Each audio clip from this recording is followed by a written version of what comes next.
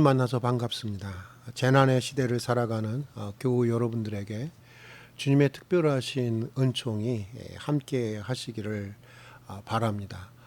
예정대로라고 한다면 오늘은 제2부 외면 훈련들 가운데 첫 번째 훈련인 단순성 훈련에 대해서 살펴볼 시간입니다.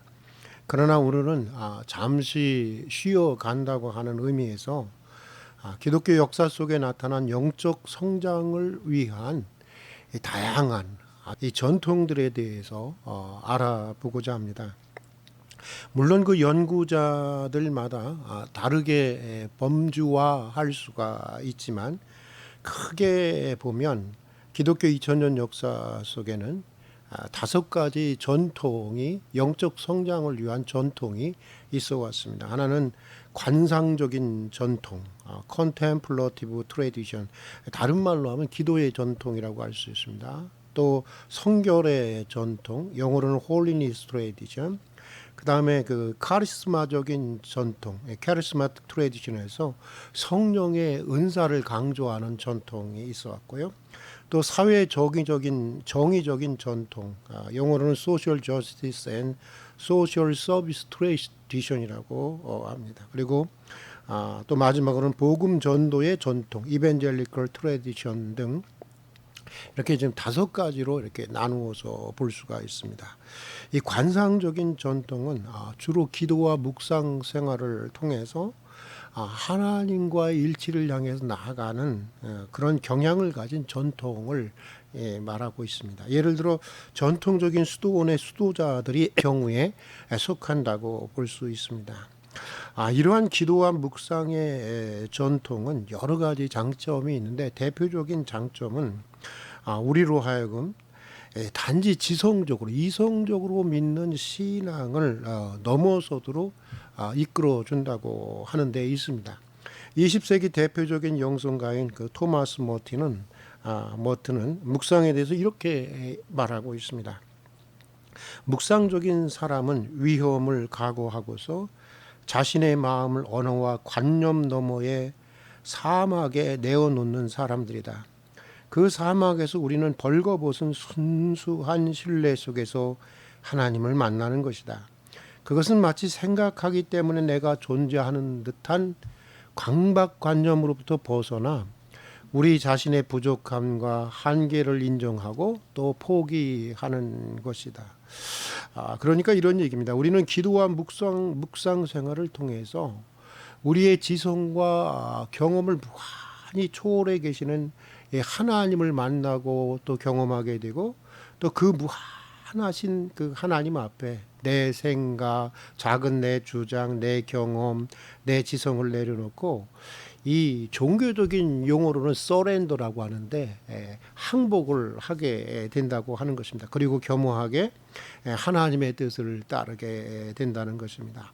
이 관상적인 전통은 우리에게 이러한 유익을 주는 장점을 가지고 있다는 것입니다. 그러나 이 전통이 가지고 있는 여러 가지 그 잠재적인 위험도 있는데 가장 대표적인 것은 일상적인 삶에 대한 가치를 폄하하고 세상의 삶으로부터 자신을 분리하려고 하는 경향이 있다고 하는 것입니다. 극단적인 예지만 5세기경 그 유명한 이집트의 기둥성자로 불렸던 이 시므온의 경우는 30년 동안 18m 높이의 기둥에 자신을 묻고 기도만 하면서 평생을 살았다고 하는 것입니다. 물론 그를 통해서 비상한 하나님의 이적과 기사들이 많이 나타났습니다. 그러나 성경은 그리스도인들에게 일상적인 그 직업과 생활 역시 수도원에서의 기도와 묵상의 삶만큼이나 하나님의 부름이 있고 영적인 가치가 있는 삶이라고 하는 것을 말하고 있습니다. 그러므로 관상의 전통에 서 있는 사람들은 일상적인 삶을 소홀히 여기지 않도록 매우 주의할 필요가 있는 것입니다. 두 번째 전통은 성결의 전통입니다. 이 전통에 선 사람들은 마음이 청결한 사람들은 하나님을 볼 것입니다 라고 하는 이 산상수훈의 말씀을 중요하게 여기면서 주로 성결과 그 완덕의 삶을 추구하려고 하는 경향을 가지고 있습니다. 교회사 속에서는 뭐 청교도라든가 감리교 또 성결교 등이 여기에 속한다고 볼 수가 있습니다. 이러한 성결 전통에도 여러 가지 장점이 있습니다. 대표적인 장점은 이 전통에 서 있는 사람들은 믿음의 생활에 있어서 굉장히 의지가 강하고, 비록 인간이 타락한 존재지만 하나님의 은총 가운데에서 우리 그리스도인들은 이 세상에서도 매우 높은 단계의 성화된 삶을 구현할 수 있다고 하는 것을 보여주는데 이 전통의 장점이 있습니다. 그러나 이 전통에 잠재하는 여러 가지 단점들도 있습니다. 대표적인 단점은 율법주의입니다. 지나치게 외적인 행위를 중요시하면서 더 중요한 내면적인 내용을 잃어버릴 수도 있고, 자기의 의의를 지나치게 주장하면서 타인을 비난하고 정죄할 가능성이 매우 많이 있다고 하는 것입니다. 우리가 잘 아는 그 나다니엘 호돈의 주홍글씨라고 하는 소설이 있지 않습니까? 이 소설은 사실 후기 청교도들의 비인간적인 율법주의를 비판하고자 쓰여진 소설이었습니다. 윤리적으로 거룩한 삶을 강조하던 청교도들은 후기에 이르러서 하나님의 자비와 하나님의 용서와 하나님의 긍휼을 상실하고 아주 어목한 윤리적 잣대로 타인을 정죄하고 비난하고 심판하는 율법주의적 경향을 띠게 되었던 것입니다. 그러므로 이 전통에 서 있는 사람들은 자기의 의를 내세우지 않도록 최대한 주의해야 하는 것입니다. 그리고 다른 사람들에 대해서 의도적으로라도 관용적인 마음을 가지려고 자꾸만 훈련해야 하는 것입니다. 특히 나의 나된 것은 하나님의 은혜라고 고백하는 바울이나 내게 준 하나님의 은혜를 이 세상에서 제일 악한 사람에게 주었다면 그는 지금의 나보다 훨씬 나은 사람이 되었을 것입니다. 그러므로 나는 죄인 중에 괴수입니다라고 했던 이 성 프란치스코와 같이 이 성독의 공을, 자기의 공을 전적으로 이 하나님의 은혜로 돌리려고 하는 의도적인 훈련이 매우 요구된다고 할 수가 있는 것입니다. 이 세 번째 전통은 카리스마적인 전통입니다. 이 전통은 성령의 충만한 삶을 강조하면서 특히 권능으로서의 성령의 역사와 신비적인 은사를 강조하는 경향을 가지고 있습니다. 교회사적으로 보면 바울이나 프란치스코 또 사도행전 2장의 부흥으로부터 모든 그 시대의 부흥의 사건들, 그리고 20세기 들어서서는 그 오순절 성령 운동과 캐톨릭의 성령 쇄신 운동 등이 여기에 속한다고 볼 수가 있습니다. 우리나라에서는 바로 얼마 전에 별세하신 조용기 목사님께서 이 전통에 속한 대표적인 인물로 볼 수가 있습니다. 이 전통의 장점은 오늘 우리 그리스도인들이 그리스도 안에서 누릴 수 있는 성령의 권능과 그 놀라운 현시의 높이가 어떠한지를 알게 해준다고 하는 것입니다. 그래서 오늘 우리 그리스도인들 대부분이 사실 얼마나 초라한 영적인 현실에 처해 있는가를 크게 각성해 줄 뿐만 아니라 우리로 하여금 성령의 충만함에 대한 갈망과 더 큰 성령의 은사를 사모하도록 독려해 준다고 하는 데 있습니다. 그러나 이 전통이 갖는 잠재적인 단점은 자칫 이렇게 성령의 은사 쪽을 강조하다 보면 반지성주의적인 신앙으로 흐를 수가 있고, 은사를 주신 하나님과 하나님께서 은사를 주신 목적보다 은사 자체를 추구할 수 있는 경향을 가지게 됩니다. 그리고 성령의 다양한 이해 중에 예를 들어서 여러분 그 성령이라고 하는 것이 뭐 권능으로만 역사하시는 성령만 있는 것이 아니지 않습니까? 삼위일체 하나님으로서의 인격 기적적인 성령 이해도 있고, 성례적 예전을 통해서 역사하시는 성례주의적 성령 이해도 있고, 또 깨달음을 통해서 우리의 지성을 변화시키고 성화시키는 주지주의적 성령 이해도 있고, 또 믿음의 의지를 변화시키고 성화시키시는 주의주의적 성령 이해도 있고, 또 감성을 변화시키는 그 감성적인 성령 이해도 있고, 또 이적과 기적과 이사와 기적과 신비한 은사를 통해서 역사하시는 권능주의적 성령 이해, 또 공동체를 사랑으로 묶어주는 공동체적 성령 이해, 또 새하늘과 새 땅이라는 이 종말론적인 구원을 향해서 이 창조세계 전체를 변혁해 가시는 종말론적인 성령 이해 등 다양한 성령 이해가 있는데, 이 전통에 서 있는 사람들은 주로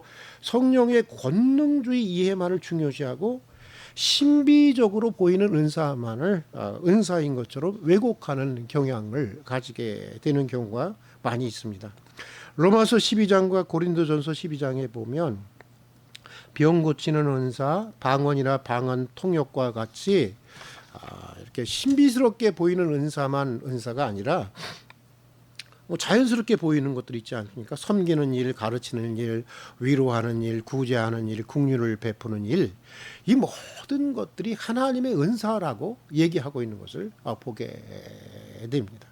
자, 그리고 더 나아가서 이 전통에 선 사람들은 성령의 은사를 성령 안에서 우리 그리스도인들이 이루어 가야 할 인격의 열매, 예를 들어서 사랑, 실학, 화평, 오래 참음, 자비, 양성, 충성, 온유, 절제, 이런 것과 분리하는 위험을 초래하는 경우도 많이 있습니다. 그리고 이 전통에 선 사람들은 신앙의 기초를 믿음에 두기보다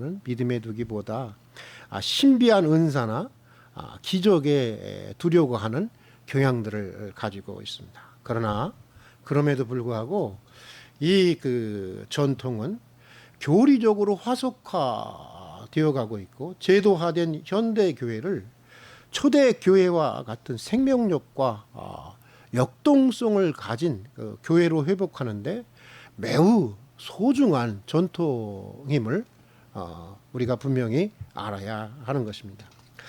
네 번째 전통은 사회정의적인 전통입니다. 이 전통은 주로 사회적으로 정의를 구현하고 이웃에게 봉사하는 삶을 통해서 하나님을 경험하고 하나님과의 일치를 추구해 나가려고 하는 전통이라고 말할 수가 있습니다.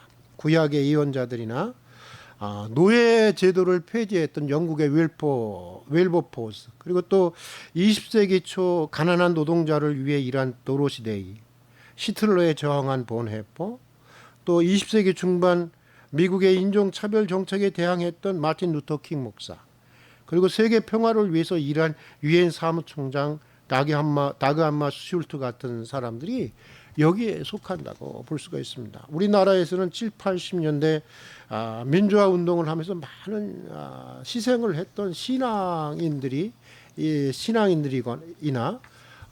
주로 가난하고 소외된 사람들 속에 함께 살면서, 그들과 함께 가난을 함께 살면서 그들을 섬기는 신앙인들이 이 전통에 속해 있다고 볼 수가 있습니다. 이 전통의 장점은 우리 신앙이 개인이나 어떤 교회적인 차원을 넘어서 사회 변혁과 창조 세계 전체에 대한 우리 그리스도인들의 책임 있는 응답이 있어야 한다는 것을 일깨워 준다고 하는데 그 장점이 있다고 볼 수가 있습니다. 그러나 사회정의 전통이 가진 잠재적인 위험도 있습니다. 이 전통은 사회적 정의가 매우 시급하고 큰 문제이기 때문에 자칫 개개인의 영적인 현실이나 이 개인 구원 같은 문제들을 매우 소홀하게 취급할 수 있다고 하는 것입니다. 그리고 정의라고 하는 이름으로 자기와 다른 편에 서 있는 사람들을 지나치게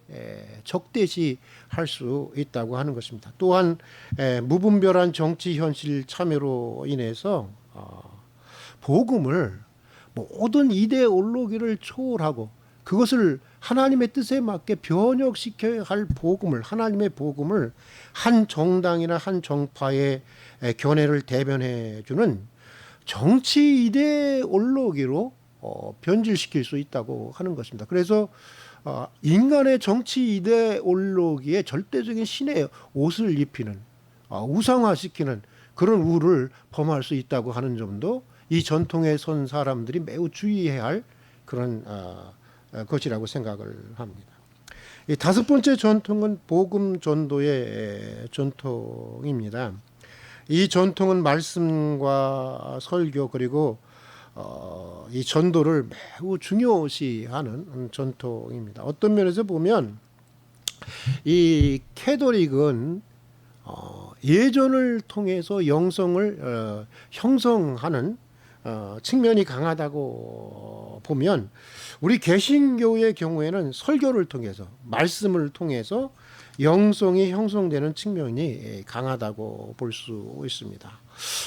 이 전통에 속한 대표적인 사람들을 예로 들면 어거스틴이나 빌리 그레함, 그리고 루터, 깔뱅, 웨슬레 등을 말할 수 있습니다.